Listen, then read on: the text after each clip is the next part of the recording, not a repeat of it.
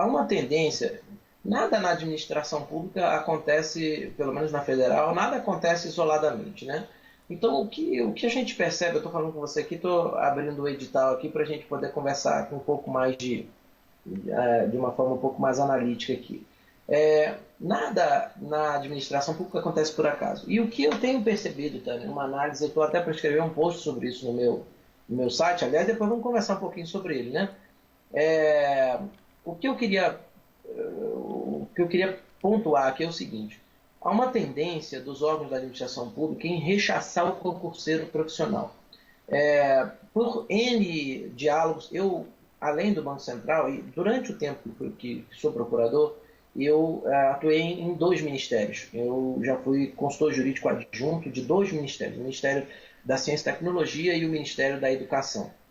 E o que a gente percebe é que, não só na área jurídica, mas também das áreas fins dos ministérios, enfim, é que os concurseiros, claro, todo mundo tem seu interesse, mas os concurseiros eles entram com o básico do básico do básico sobre aquela área, sobre aquela atuação específica e ficam um tempo, e normalmente um tempo ali de 6 meses a um ano, e quando ele já está a ponto de produzir, começar a produzir, entrar, digamos assim, também usando a linguagem futebolística que eu gosto muito, quando ele entra em ritmo de jogo, quando ele já está preparado para jogar os 90 minutos, aí ele sai e vai para outra prova. Então, tem sido uma política velada, vamos dizer assim, dos órgãos em exigir cada vez mais conhecimentos específicos, porque isso tende a desencorajar o concurseiro profissional. Porque um sujeito que olha um ponto desse tamanho de direito econômico, certamente, principalmente por ser direito econômico, que é uma matéria que eu leciono há anos, mas eu tenho que reconhecer que não é a matéria, vamos dizer assim, sequer central ou no mainstream ali das matérias que a gente vê na graduação. Então, por que cobrar isso? Né? Eu tenho conversado muito com as pessoas no banco e captado um pouco dessa percepção, e essa percepção se coaduna com aquela que eu conheci nesses ministérios. E a ideia não queremos mais o concurseiro profissional, nós não queremos mais a pessoa que estuda para qualquer concurso, passa aqui e faz daqui um trampolim. O que se quer, na medida do possível, claro, como eu não posso, enfim, obrigar o sujeito a ficar um tempo mínimo, né? O que se quer exigir ter um profissional minimamente comprometido. E aí você vai buscar o comprometimento dele dentro do que a legalidade permite, com maior exigência no conteúdo. Esse é um detalhe também que você pode observar em provas de agências reguladoras, em provas de órgãos como o INSS, né, ente, né, o INSS é um ente, em provas MDIC, né, o Ministério do Desenvolvimento, Justiça, Fazenda principalmente, eles têm exigido cada vez mais. Olha, se você olha as provas de agência reguladora, compara as provas de especialista, principalmente com provas anteriores, nossa, você vai verificar que o nível de profundidade nas questões aumentou bastante. Então, o candidato ele precisa ter uma boa visão de contexto. Se você está aí me ouvindo, está aí me vendo, gosta, quer mesmo trabalhar com o Banco Central, a primeira dica que eu te dou nesse ponto é o seguinte: leia todas as notícias que dizem respeito ao Banco Central no jornal. E tente fazer a conexão daquilo com um dos pontos do concurso. Tem muitas coisas. Então, por exemplo, está se discutindo regime de metas de inflação. Você pode entrar lá no meu site, que eu tenho, inclusive, eu escrevi sobre isso, o lado jurídico, o regime jurídico da política monetária. Tem todo um conjunto de regras sobre isso. O câmbio está subindo, está descendo. Como é que funciona isso? O Banco Central intervir. O que significa ele intervir no câmbio? Tem medidas jurídicas para isso. Então, você vai olhar lá em uma série de instrumentos. Quer saber como funciona o câmbio? Está lá, está no ponto do concurso, resolução 3568 do Conselho Monetário Nacional. Então, assim, é importante que o candidato ele tenha essa visão de contexto, ele precisa entender. Eu também coloquei no meu site lá, as pessoas podem acessar e vão ver, que nós temos ali eu coloquei 5 passos para aprovação, né, no concurso. E o primeiro desses passos é a pessoa conhecer a autarquia. Por que eu digo isso? Não é por um diletantismo, não é para uma questão de eu preciso saber onde é o endereço do Banco Central. Não, claro que não. Mas você precisa saber quais são os principais desafios que o Banco Central está enfrentando hoje, porque a tradição do CESP, todo mundo que já fez alguma prova do CESP sabe disso, é pegar o tema da atualidade, pegar o tema da moda. Por quê? Porque ele avalia o candidato também em relação à atualização dele, em relação ao universo que ele está pretendendo ingressar, né? Agora, então, o que me parece, isso aí não é, quero deixar claro que eu não falo em nome do Banco Central, não tenho, como dizemos na linguagem forense, não tenho procuração nos autos, então a minha opinião aqui é absolutamente acadêmica, individual e não tem nenhuma conexão com o posicionamento oficial da autarquia, mas a minha visão é de que a mensagem do Banco Central é clara. Quero alguém que entenda do sistema financeiro, quero alguém que entenda, nem que seja da periferia. O que eu chamo de periferia? Normas constitucionais, eu acabei de falar, direito financeiro, penal, processo penal, atinentes ao sistema financeiro. Isso é muito importante. Mas vamos falar um pouco, Tânia, então, sobre a questão do ponto. Tem alguns tópicos aqui que eu destacaria para os candidatos. Vou dar aqui, digamos, algumas dicas ou alguns melhores momentos, na minha visão, de professor já há alguns anos nessa disciplina. Eu chamo a atenção, como já falei um pouco, para a questão da ordem econômica internacional. Então, Mercosul, Organização Mundial do Comércio, Fundo Monetário Internacional, Banco Mundial, o candidato precisa entender o que são esses órgãos ou esses organismos, tá certo? Defesa da concorrência, Lei 2.529, que é um outro ponto. Olha, 10 entre 10 provas do SESP que cobram direito econômico cobram pelo menos uma questão de defesa da concorrência. Essa é a menina dos olhos da banca do SESP. Então, o candidato precisa ler a Lei 12.529. Mais do que isso, ele precisa entender um pouco mais sobre isso. E aí, Tânia, eu queria também aproveitar e dar uma dica. Eu gravei um pequeno vídeo, tem lá no meu site, a pessoa entra lá no site, fabianojantalha.com.br, tem a área do aluno. Então, na área do aluno, o candidato pode entrar lá, ele se cadastra, ou então entra com a senha dele, o login dele do Facebook, e ele pode encontrar um resuminho com o material sobre as funções do Banco Central. Tem uma apostila de 10 páginas só sobre as funções do Banco Central que ele pode encontrar, que eu coloquei lá, é gratuito, antes que alguém pergunte, né? E um videozinho explicando em 10 minutos o que é a defesa da concorrência, gravei o vídeo na frente do CAD. Então, assim, é um material que eu coloquei para disponibilizar, como disse uma colega minha, um serviço de utilidade pública. Então, para ajudar o candidato nisso. Mas, voltando especificamente então para a lei antitruste, um detalhe que eu queria chamar a atenção e que está no ponto do concurso é o parecer GM20, né, que foi o parecer da Advocacia Geral da União, aprovado pelo presidente da República e que fixou a competência do Banco Central para apreciar a matéria concorrencial no âmbito do sistema financeiro. Eu chamo atenção para a importância que o candidato, como eu brinquei com o pessoal aqui da turma aqui do Unijur aqui em Brasília, você vai morrer defendendo, gosta ou não gosta, vai morrer defendendo a competência do Banco Central para conhecer, apreciar e deliberar sobre as questões concorrenciais no âmbito do sistema financeiro. Independentemente do posicionamento que eu tenho um posicionamento bastante peculiar sobre isso, que não vem ao caso, mas é importante que o candidato tenha essa visão, porque esse é o ponto de vista oficial da autarquia e é o ponto de vista que, inclusive, foi chancelado recentemente pelo Superior Tribunal de Justiça no julgamento de um recurso especial. Então, é importante que o candidato tenha essa visão. Além disso, os demais pontos, pelo menos a partir do ponto número 8, que fala sobre o Sistema Financeiro Nacional, até os demais, praticamente todos eles eu abordei um pouquinho no resumo que eu acabei de mencionar. Então, o candidato pode entrar lá no meu site, vai encontrar esse resuminho com boa parte dessas regras aqui. Alguns assuntos aqui, então a gente falava sobre alguns pontos importantes que o candidato precisa dominar. Dentro das funções do Banco Central, uma que eu chamaria a atenção aqui nesse momento, pela atualidade, é a de regimes especiais, que está dentro de uma função que a gente vai chamar de função de saneamento do sistema financeiro, né? Que envolve justamente o papel do Banco Central em extirpar, em retirar do mercado as instituições que não têm ou competência ou não conseguiram se enquadrar do ponto de vista normativo, né, dentro do arcabouço jurídico ali. Então, dentro dos regimes especiais, que é o item número 12, eu chamo a atenção para um tema que é o tema do momento, que é o regime de administração especial temporário, chamado RAET, que é o Decreto-Lei 2321. É claro que regimes especiais é uma matéria que caiu em todas as provas dos últimos concursos de procurador, desde 2002. Então, esse ponto número 12, o candidato tem que ler a Lei 6.024, a Lei 9447, que na verdade vai trabalhar, vai dispor sobre as medidas preventivas, as chamadas medidas preventivas, mas eu marcaria um asterisco aí no regime de administração especial temporária. Por quê?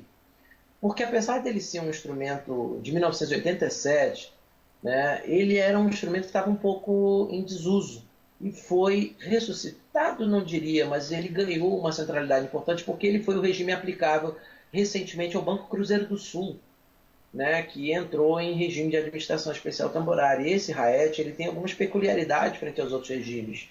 Por exemplo, o fato dele não atrapalhar o funcionamento normal da instituição.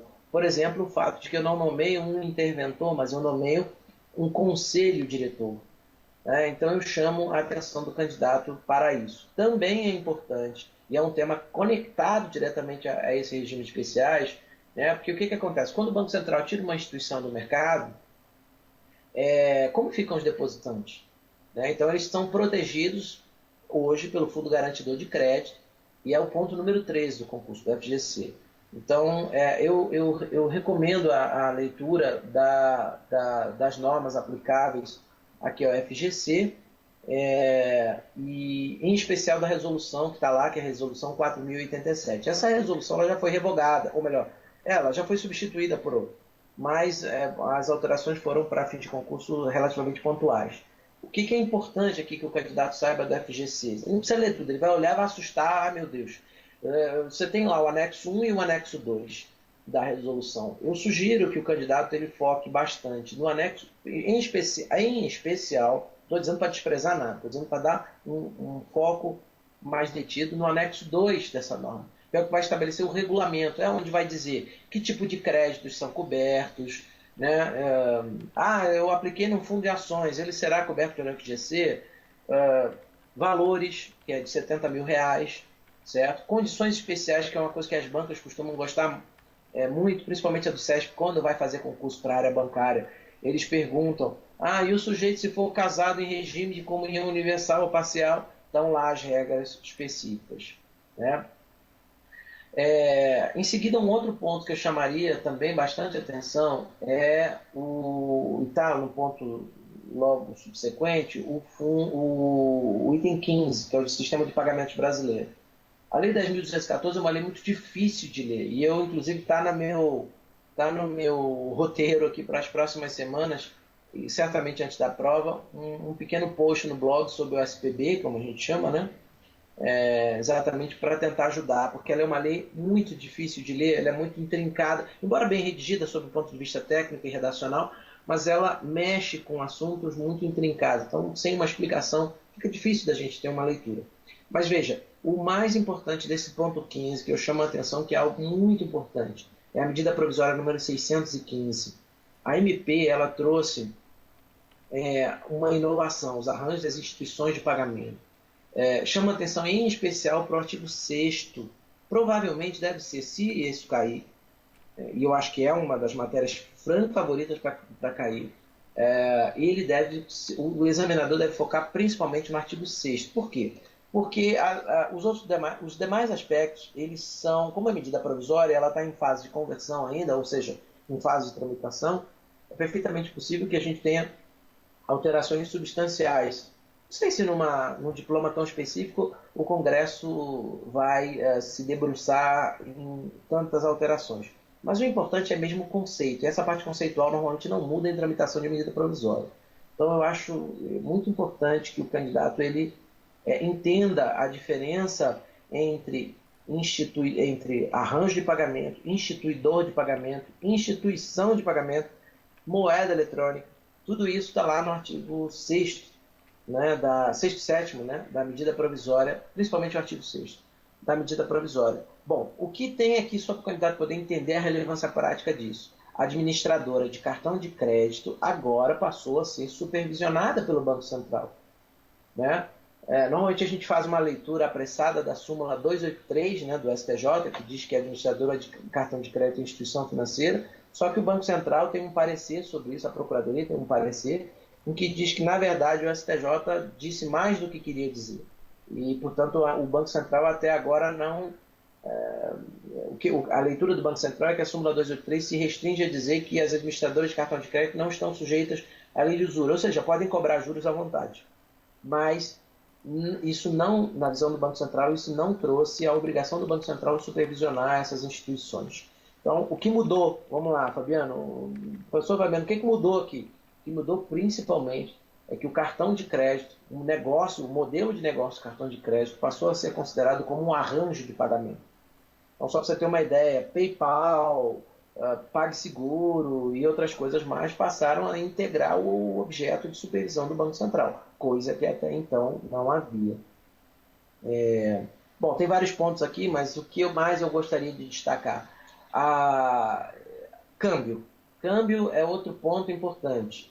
E aí não precisa ficar desesperado, você vai encontrar lá em matéria de câmbio, a resolução 3568 é uma resolução fácil, tranquila de ler, ela é muito bem redigida, mas você precisa entender ali os aspectos estruturais. O que é o mercado de câmbio, quais são as operações que estão compreendidas. Ninguém vai cobrar de você minúcias. E esse é um ponto bom desse concurso. E o que corrobora a leitura que eu fiz de que não vai se exigir do candidato a minúcia.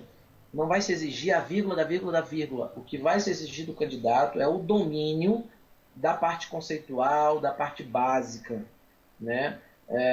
Então, a resolução ela traz uma estrutura, ela não é uma resolução muito grande, ela é, na verdade, até pequena, perto de outras, e ela vai trazer ali uma boa base. Então, o candidato precisa entender o que é a estrutura, quais são o que a gente chama de operações cursáveis, quem pode atuar no mercado de câmbio, tá certo? Então, ela vai dizer, e o importante, guarde aí, candidato, estamos diante de uma autorização e estamos diante de uma autorização para funcionar no mercado de câmbio, e essa autorização aqui ela tem um cunho absolutamente discricionário. Na verdade, praticamente tudo em matéria de supervisão, de fiscalização, né, ou mais especificamente supervisão, no Banco Central tem caráter discricionário. O que quer dizer para o candidato que está com menos tempo de estudo?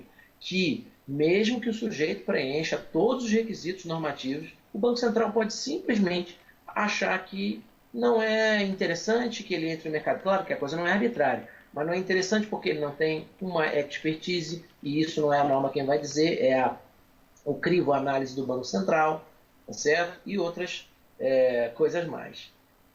Bom, tem vários outros pontos. Eu vou escrever também um post, está previsto para os próximos dias, um post sobre o item de tratamento da informação pelo Banco Central, que é o ponto número 17, deixa eu catar aqui, número 20, né? É um ponto importante porque está sendo discutido, né? Então, os cadastros, o CCS, o CADIM, essas coisas assim, o que o Banco Central tem a ver com isso?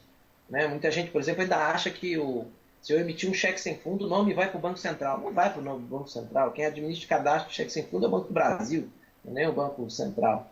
Né? Então, esse é um dado importante. Outro tema que eu chamaria a atenção também, Tânia, é lavagem de dinheiro. A prevenção à lavagem de dinheiro, a Lei 9.613, sofreu importantes alterações. Recentemente, agora em 2012, inclusive foram discutidas, muito discutidas, deu até pano para manga na discussão do Conselho Federal da OAB sobre se o advogado estaria abrangido ou não. Então, o candidato precisa estudar isso. Por fim, as recomendações internacionais, são os últimos 4 ou 5 pontos.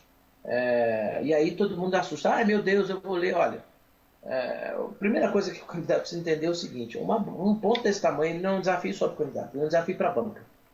Porque fazer caber isso aqui em 10 ou 12 questões, que provavelmente vai abraçar direito econômico, não é uma tarefa fácil. E ninguém vai sair escolhendo coisas do nada. É preciso ter um juízo de relevância sobre os sistemas. Então, o que eu estou tentando aqui é fazer com base num juízo prospectivo e retrospectivo, com base no que já vi, e principalmente com base no que já vi em provas de técnico bancário, escriturário, etc., etc., O que eu estou tentando fazer é mostrar para o candidato, marcar aí com um asteriscozinho, uma caneta marca-texto, alguns pontos que estão relacionados a temas atuais, certo? Foi uma coisa que eu conversei, a gente falou aqui no início da nossa conversa. Esses últimos 4 pontos, também eu vou fazer um postzinho sobre ele, tem 3 deveres de casa aí que eu queria fazer, esse é um deles, mas o candidato precisa entender um pouco de Acordo de Basileia, né? E, bom, na verdade ele precisa saber o que é o Acordo de Basileia, e aí a única dica aqui, a gente também não tem muito tempo, né, para ficar, senão ia ficar aqui a madrugada inteira. Ficaria, mas é, a gente precisa focar em alguns pontos aqui do concurso, do edital. Mas o candidato precisa entender aqui, e aí guarde aí uma afirmação. Acordo de Basileia não tem por si só efeitos jurídicos no Brasil. Os acordos de Basileia são recomendações, assim como todas as outras. Processo de internalização, entre aspas, porque não segue a lógica do direito internacional, mas o processo pelo qual o Brasil, digamos, segue Basileia, ou para responder objetivamente, aonde é que está, Fabiano, o Acordo de Basileia, regra de Acordo de Basileia? Você vai encontrar no site do BIS, né, que é o Banco de Compensações Internacionais, e você vai encontrar em resolução do Conselho Monetário Nacional. O que se faz é pegar aquelas recomendações, hoje Basileia são 26 ou 29 princípios, que na verdade é algo do tipo assim, boas práticas. Você deve fazer isso, o regulador deve fazer aquilo. E aí o que nós fazemos? Com base naquela receita de bolo, como eu brinco, é uma receita de bolo, eu vou escrever artigo 1º, artigo 2º, artigo 3º. Então o que o candidato precisa ter a visão é que nesses aspectos aqui dos últimos 4, o ponto inclusive é claro, aspectos gerais. Então você vai precisar ter apenas uma noção do que é isso. E eu, enfim, pretendo contribuir de alguma forma com alguns posts aí do site.